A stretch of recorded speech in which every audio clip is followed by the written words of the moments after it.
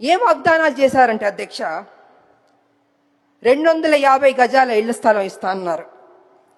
ఆ ఇళ్ల స్థలంలో ఇల్లు కట్టుకోవడానికి 5 లక్షలు ఇస్తా అన్నారు. 4,000 పెన్షన్ ఇస్తా అన్నారు. 10 లక్షల హెల్త్ ఇన్సూరెన్స్ ఇస్తా అన్నారు. ఉద్యోగం ఇస్తా అన్నారు. ఇలాగ అనేక వాగ్దానాలు చేశారు అధ్యక్ష. నాకు నిజంగా చాలా సంతోషం అనిపించింది అధ్యక్ష. కానీ ఏమైందంటే అధ్యక్ష, అధికారంలోకి వచ్చింది కాంగ్రెస్, అన్నీ జరిగిపోయినాయి అధ్యక్ష. చూస్తూ చూస్తూ 2 సంవత్సరాలు అయిపోయింది అధ్యక్ష.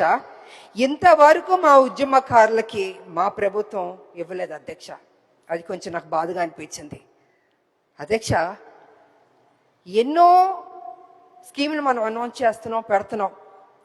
మా ఉద్యమకారులకు ఫస్ట్ ప్రయారిటీ ఇచ్చి చేస్తుంటే, ఏదైతే మనం కదా చెప్పాం ఉద్యమకారులకి ఇల్లు ఇస్తా అన్నాం, పెన్షన్ ఇస్తా అన్నాం, ఆరోగ్యం గురించి హెల్త్ ఇన్సూరెన్స్ ఇస్తా అన్నాం, ఉద్యోగం ఇస్తా అన్నాం, ఇలా అన్ని మనమే కొంచెం చెప్పాం కదా అధ్యక్ష. అవన్నీ చేస్తుంటే ఆన్ టైంకి ఫస్ట్ ప్రయారిటీ ఇచ్చి ముందే చేస్తుంటే గౌరవంగా ఉండేది అధ్యక్ష.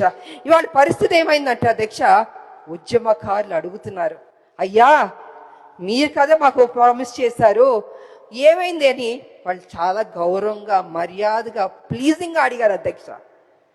కానీ నాకు తెలియదు అధ్యక్ష, ఎందుకు డిలే అయిందో నాకు తెలియదు అధ్యక్ష. ఇవాళ కమిటీ వేస్తానని కూడా అని చెప్పారు. నా ఉద్దేశంలో అయితే అధ్యక్ష, కమిటీ అన్నది కొంచెం డిలే అవుతుంది అధ్యక్ష. ఇప్పటికే 2 ఏళ్ళు అయిపోయింది, 2 ఏళ్ళు పైన అయిపోయింది మా ప్రభుత్వం వచ్చి, కాంగ్రెస్ ప్రభుత్వం.